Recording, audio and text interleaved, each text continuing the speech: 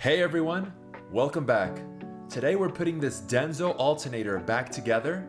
Here are all the components laid out on the bench before we start the assembly.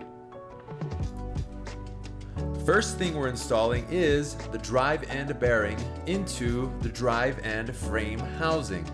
Now this bearing usually won't go in with hand pressure alone, so I'm taking it over to the press to seat it in properly.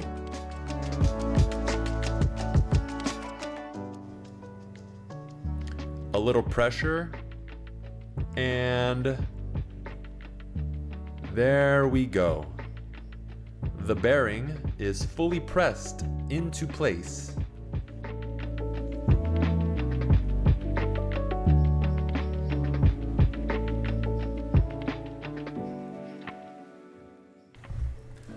Next, we're installing the bearing retainer. This locks that drive end bearing in place. Line up the retainer and install the 4 screws. Take your time and snug each one down evenly so that the retainer is secured.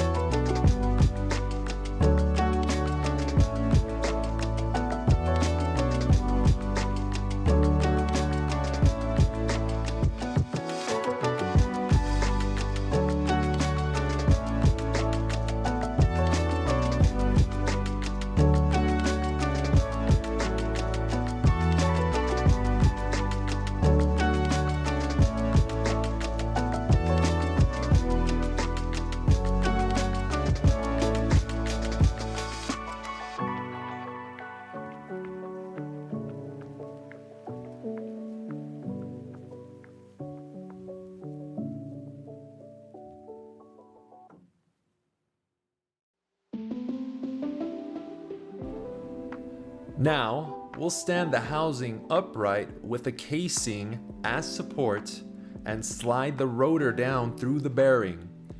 It should sit right in and spin freely like this. That's exactly what you want. Next up, we're bringing in the stator and the slip ring end frame housing. I'm pointing out the holes where the copper stator leads will pass through. There are 3 holes and 6 stator leads, 2 for each hole. I'm straightening the copper leads so they'll line up cleanly with the housing.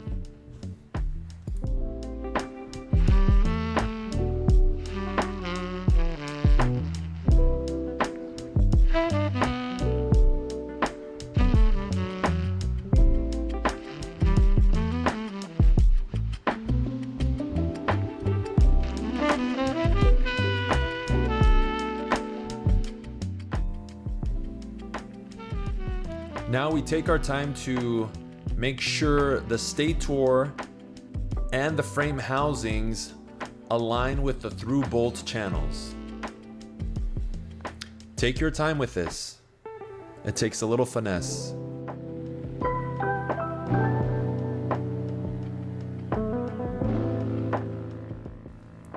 Before you press the housings together, make sure you don't forget the washer that sits between the rotor slip ring end and the frame housing. Don't forget this.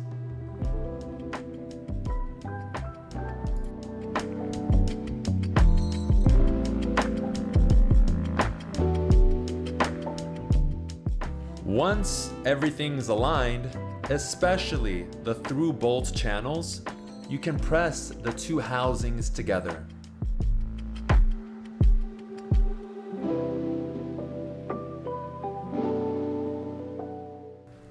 Now, we're taking the alternator over to the press to fully seat the 2 housings together. Most of the time, hand pressure alone won't get it all the way in, so using a press helps lock everything into place evenly.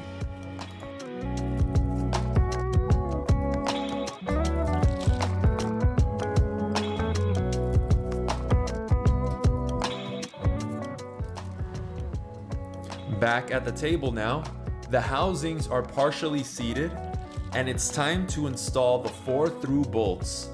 These bolts are what truly fuse the alternator together. If they don't slide in smoothly, the housings may not be aligned properly.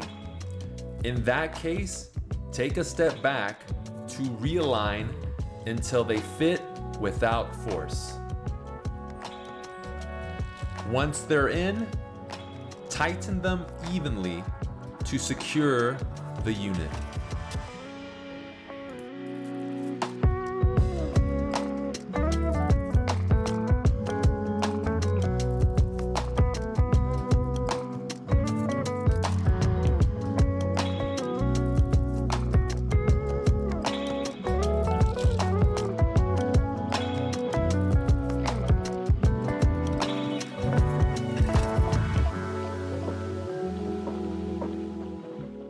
Next, we move to the pulley side.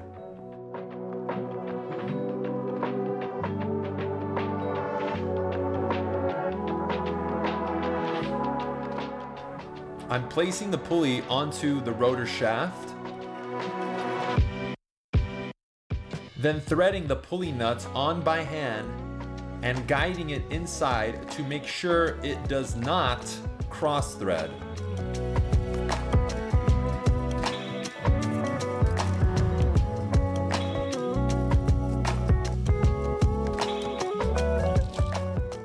Then we use the impact tool with the correct socket, hold the pulley firmly with one hand, and tighten it with the other. Make sure it's snug, but not over tightened. Next, let's bring in the rectifier. Here's a quick look at both sides.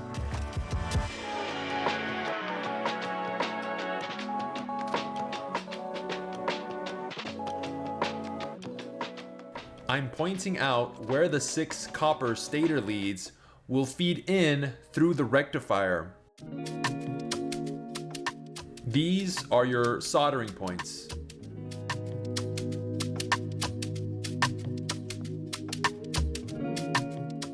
Adjust the copper leads so the rectifier drops cleanly in place. Proper alignment here ensures a smoother soldering job later on.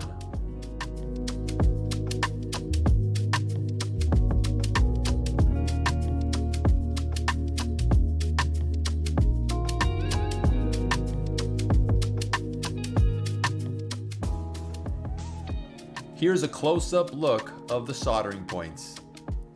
For this assembly video, we're skipping the actual soldering, but this is where each lead would be joined.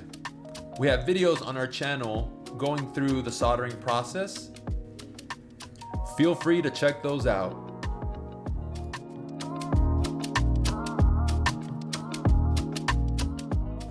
Next, we're installing the screws that secure the rectifier and electrical components. 3 out of the 4 longer screws go first to hold the rectifier in place.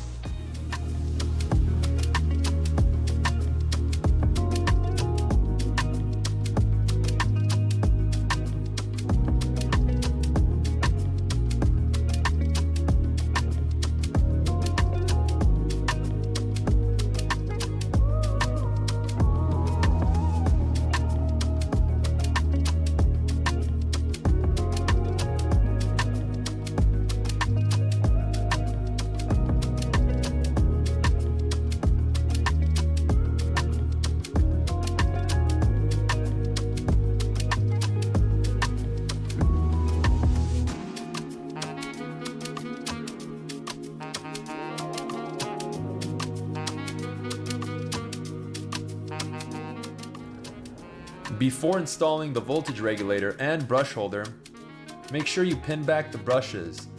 A thin paper clip works great. If you skip this step, you'll end up wrestling with the brush holder trying to get it over the slip ring.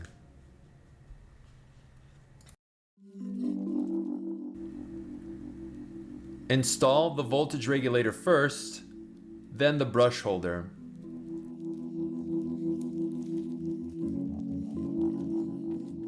And this is why you need a pin for the brush holder. Give me a moment as I align it.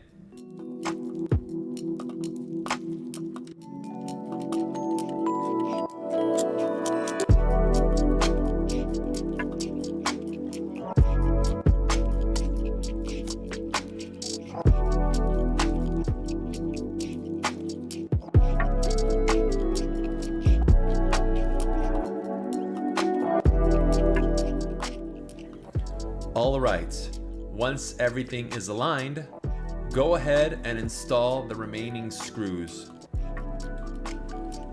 There are 3 small ones that hold the voltage regulator and the brush holder in place, and the 4th longer rectifier screw that secures the voltage regulator in place.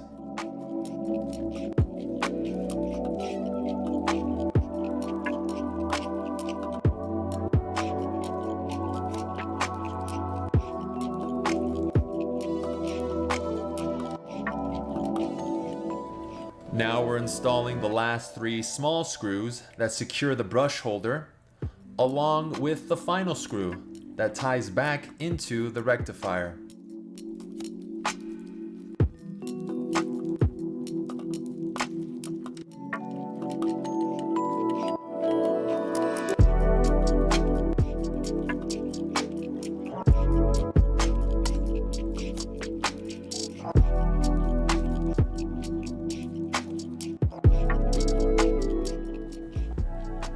Once those screws are tight and secure, we can install the rectifier cover.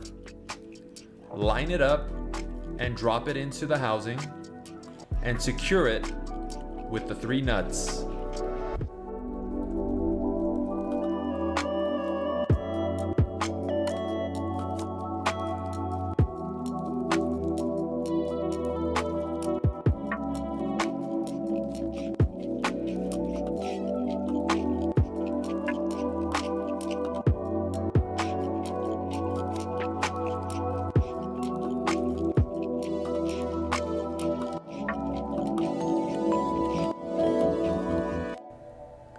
And just like that, the alternator is fully assembled and ready for testing.